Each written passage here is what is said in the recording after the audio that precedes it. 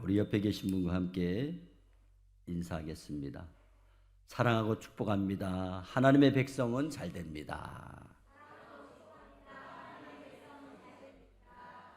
예. 오늘 봉독한 말씀을 가지고 우리나라 잘 되는 길이라는 제목으로 함께 말씀을 통하여 은혜를 나누겠습니다. 자, 오늘은 6월 마지막 주일이며 6.25 한국전쟁 73주년 된 날입니다.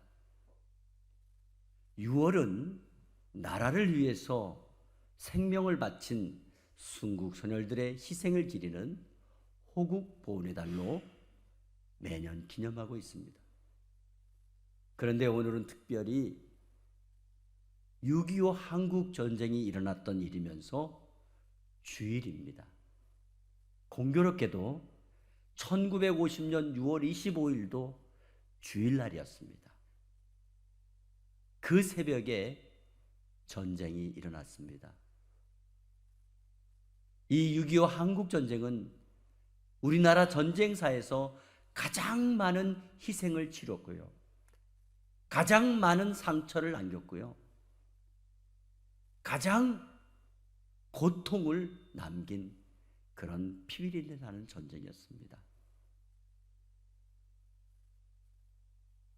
이 전쟁을 통해서 많은 고아들이 나왔고요, 우리나라는 해방된 지 5년 만에 이 전쟁을 3년 동안 치르면서 다 잃어버렸습니다. 그렇기 때문에 이 전쟁은 잃어버려서도 안 되는 그런 전쟁입니다. 세계적인 역사학자 아놀드 토인비는 그의 연구에서 그동안 역사적으로 존재했던 문명이 21개였는데 그 중에 19개가 자멸되었다고 발표했습니다. 그 이유 중 하나가 무신론과 물질주의 때문이라는 겁니다. 모든 인간은 종교적인 본능을 가지고 살아가고 있습니다. 글도 없고 옷도 없이 살아가고 있는 야만인도 종교는 다 가지고 있습니다. 하지만 제 아무리 고급스러운 집에 살면서 고급 음식을 먹기도 하고 또 특급 대우를 받고 살아가는 영리한, 그리고 유산까지 물려받는 그런 영리한 반려견이나 반려짐승이라고 할지라도 그들에게는 종교가 없습니다. 그 차이는 간단합니다. 사람에게는 영혼이 있지만 짐승에게는 영혼이 없기 때문에 그렇습니다. 백화점 쇼윈도에 세워놓은 아주 예쁘고 아름다운 마네킹이 우리도 한번 입어보지 못하는 그런 세계적인 유명 디자이너가 만든 명품 옷을 철마다 때마다 갈아입고 사람들의 마음을 유혹하고 있지만은 어떤 사람도 그 옷을 부러워할지는 모르지만 그 마네킹을 부러워하면서 나도 마네킹이 되고 싶다 이렇게 말하는 사람은 한 사람도 없습니다. 왜 그렇습니까? 마네킹은 명품의 가치 또는 어떤 의미나 어떤 기쁨을 느끼지 못하는 기계와 같은 존재이기 때문입니다. 한마디로 생명이 없고 정신이 없기 때문입니다. 마찬가지로 우리나라의 국력이 신장이 되고 국민 소득이 더 높아지고 정치 경제가 안정이 중요하고 필요하겠지만은 그것이 한국 사람을 모두 행복하게 하는 조건이 될 수 없다는 것을 우리는 이미 경험했습니다. 그리고 국가 경제만이, 경제적인 능력이만이, 국민 소득이 우리나라 사람들을 다 만족시키고 좋아한다는 보장도 없는 것입니다. 다만 우리는 가장 기본적이고 근원적인 측면에서 우리나라가 먼저 안정돼야 되겠지만은 또 잘 되는 길이 어떤 길인가를 알고 그 길을 걸어가야 될 줄로 믿습니다. 오늘날 동성애 차별금지법이 왜 우리나라 문제의 쟁점화가 되고 있으며 갖가지 가짜 정치 뉴스가 남발하여 국민들을 불안하게 만들어가고 어떻게 이 나라가 잘 되는 나라가 될 수가 있겠습니까? 나라를 위한다는 그런 구실로 정치적으로 이용하거나 앞장서서 나라를 혼란에 빠뜨리고 어지럽게 하는 것을 보게 되면 너무 안타깝습니다.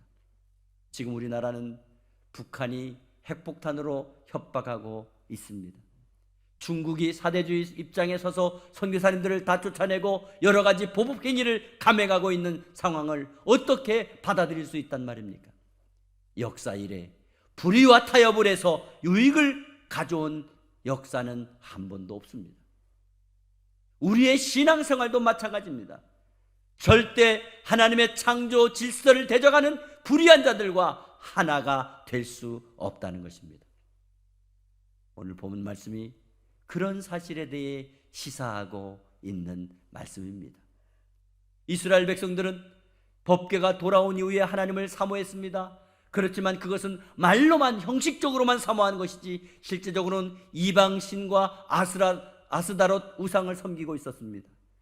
그때 사무엘 선지자가 그야말로 시국 선언을 선포하게 된 것입니다. 우리가 지금 큰 잘못을 저지르고 있다. 이제 다시 하나님께 돌아가자. 그렇게 하지 않으면 먼저 우리가 만들어 섬기는 우상을 다 없애야 된다. 그리고 하나님 앞에 나와 기도하고 자복하고 통회하고 회개하자. 그리고 우리 예배를 회복하자 외치게 된 것입니다.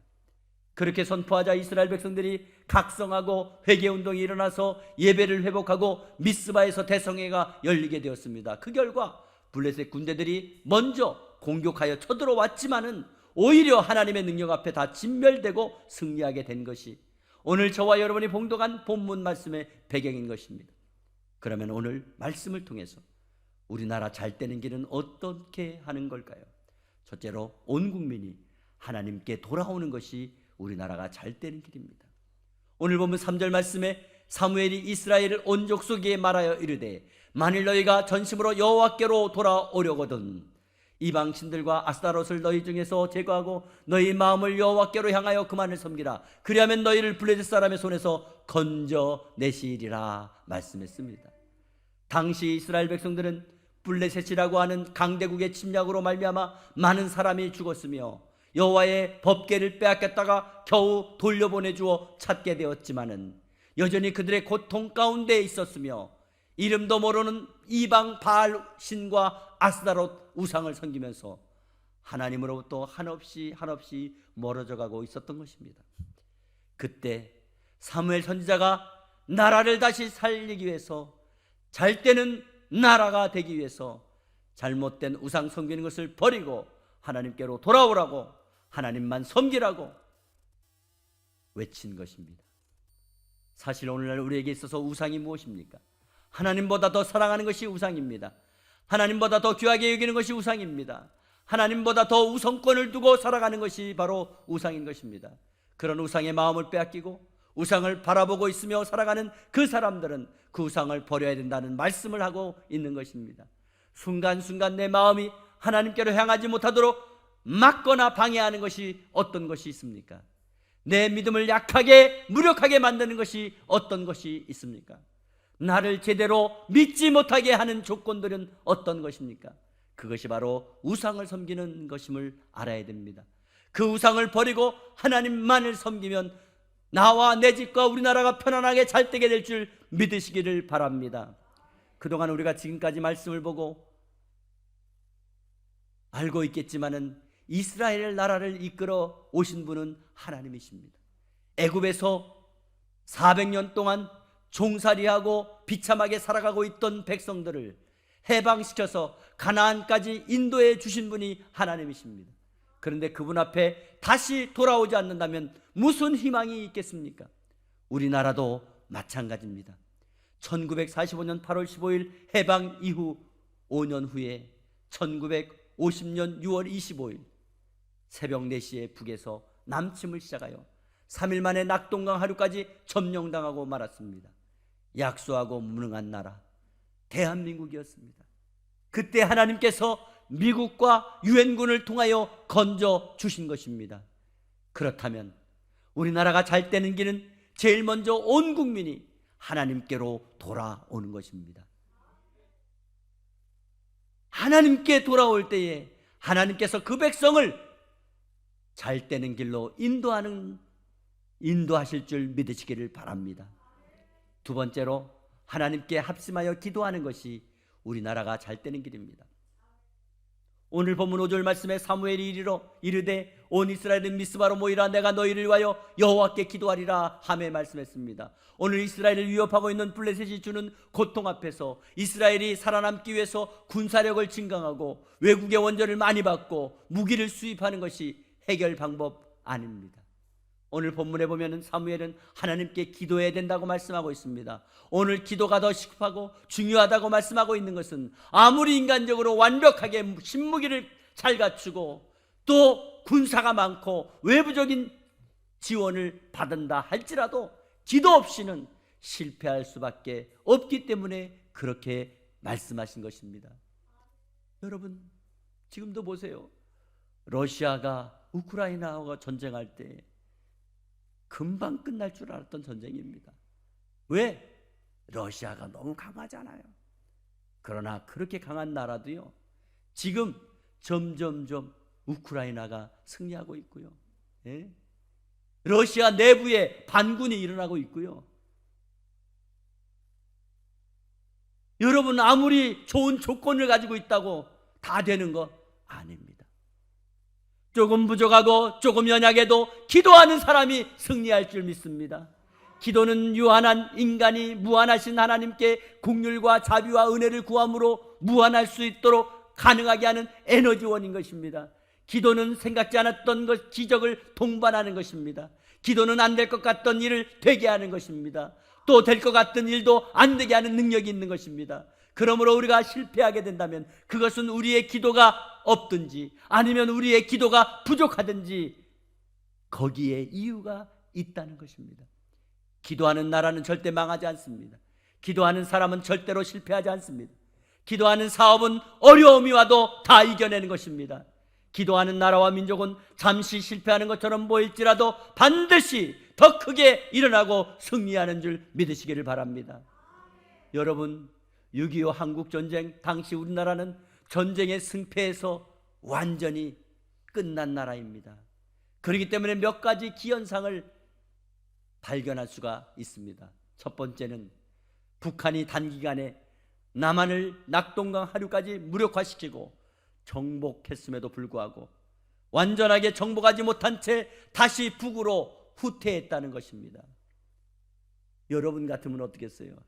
이만큼 잃었는데 내가 끝까지 하지 이러면서 버티는 게 우리 인간적인 생각 아닙니까? 그런데 그게 안 되는 거예요.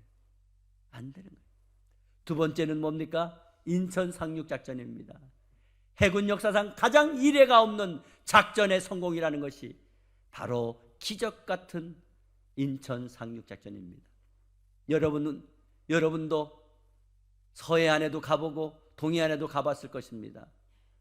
어느 쪽에 배가 상륙하기가 더 쉽습니까? 동해안 쪽이 훨씬 유리하죠.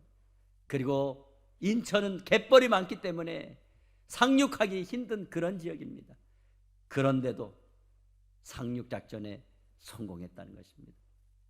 세 번째가 중공군의 개입으로 말미암아 연합군의 후퇴를 하다가 결국 휴전하게 된 것이 기적이라는 말씀입니다. 이것은 오늘날 생각해봐도 기적의 연속이었고 사람들이 나름대로 승리를 위해 전쟁하고 있는 것 같이 보일지라도 언제나 그 결과는 하나님의 손에 있다는 것을 알 수가 있습니다. 우리는 그런 말을 할 겁니다. 왜 그때 통일되지 않았을까? 왜 그때 통일되지 않았을까? 이것은 바로 저와 여러분이 오늘날 기도해야 될 조건인 것을 기억하시기 바랍니다. 여러분, 기도하셔야 됩니다. 기도하는 민족은 망하는 법이 없습니다. 기도하는 자식은 실패하는 법이 없습니다. 기도하는 나라는 반드시 하늘의 은혜를 받게 되어 있습니다. 저와 여러분의 기도로 우리나라 흥망성쇠에 직접 개입하시는 하나님의 역사가 이루어진다는 사실을 기억하시고 기도의 사람, 기도하는 가정, 기도하는 일터, 기도하는 사업, 기도하는 성도가 되시기를 바랍니다. 세 번째로 하나님께 범한 죄를 회개하는 것이 우리나라가 잘 되는 길입니다.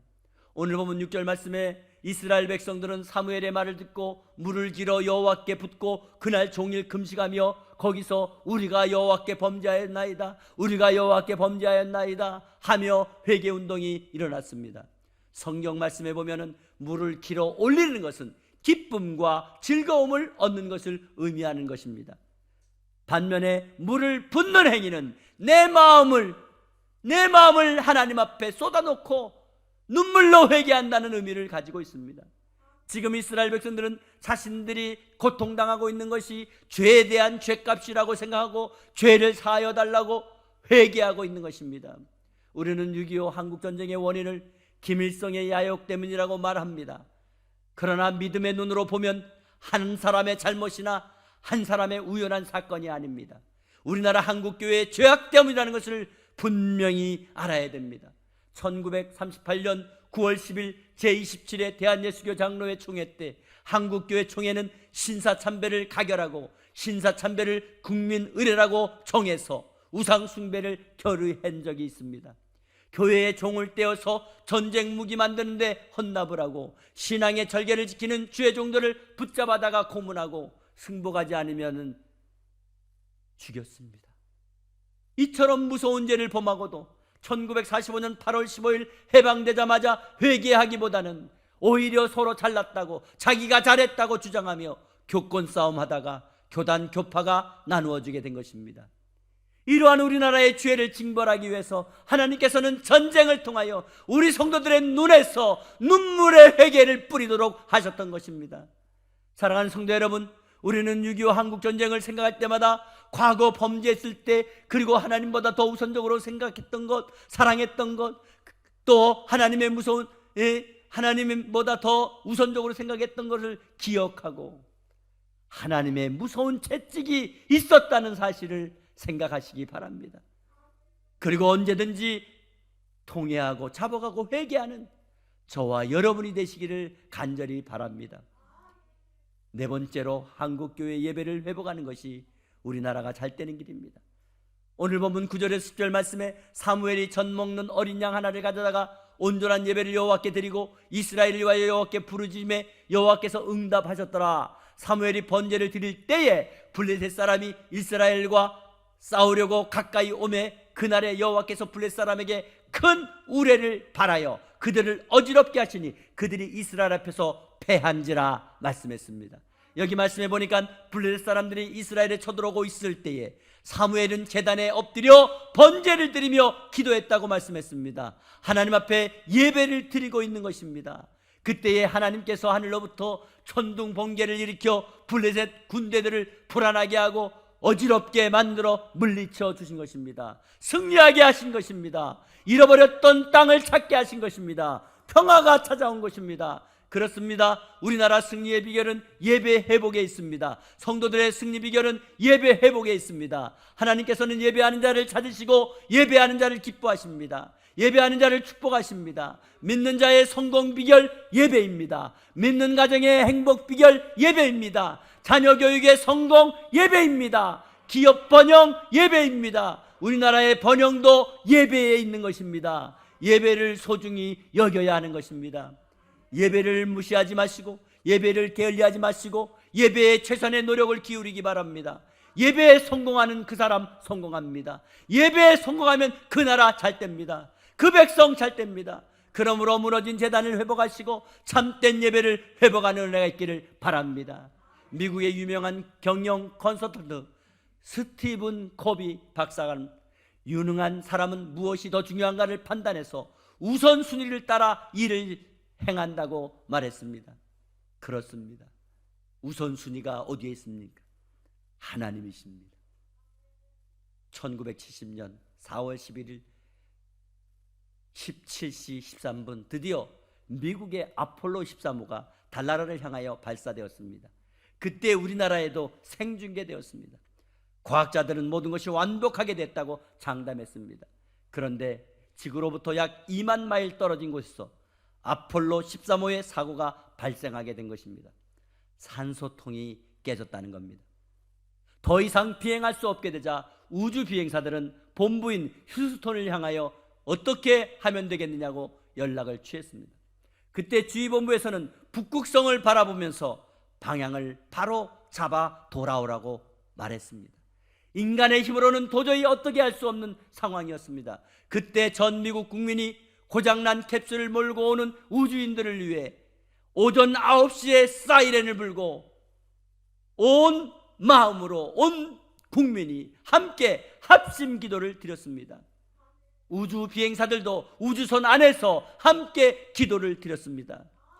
인간의 최고 과학적인 산물인 우주선이 고장났는데 전 국민이 합심하여 기도를 드렸다는 겁니다. 얼마나 아이러니한 상황입니까?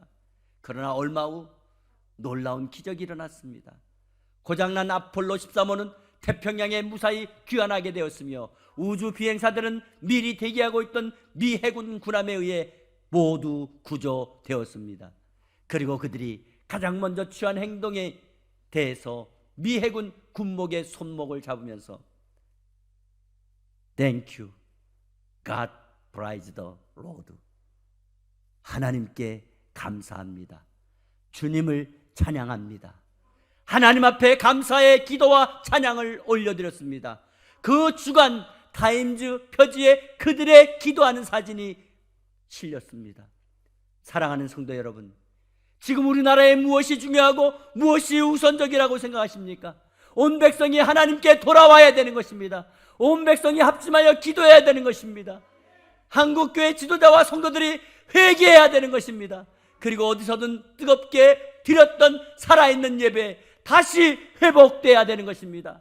1960년대 천막에서도 눈물 뿌려 부르짖고 밤새 행복하게 드렸던 그 예배 다시 회복해야 됩니다. 그럴 때 하나님께서 우리나라 잘되게 하실 줄 믿습니다. 그리고 세계 나라 위에 높이 세우시고 영광 받으실 줄 믿습니다. 하나님이 보호하사 우리나라 만세, 하나님이 보호하사 우리나라 축복이며 우리나라 승리할 줄 믿습니다. 우리 민족을 세계에서 제일 가는 나라로 축복해 주시고 영광을 받으실 줄 믿습니다. 그 역사 중심에 우리 평강의 교회와 우리 성도들 그리고 그의 후손들이 있기를 주 예수 그리스도의 이름으로 축원합니다. 축원합니다.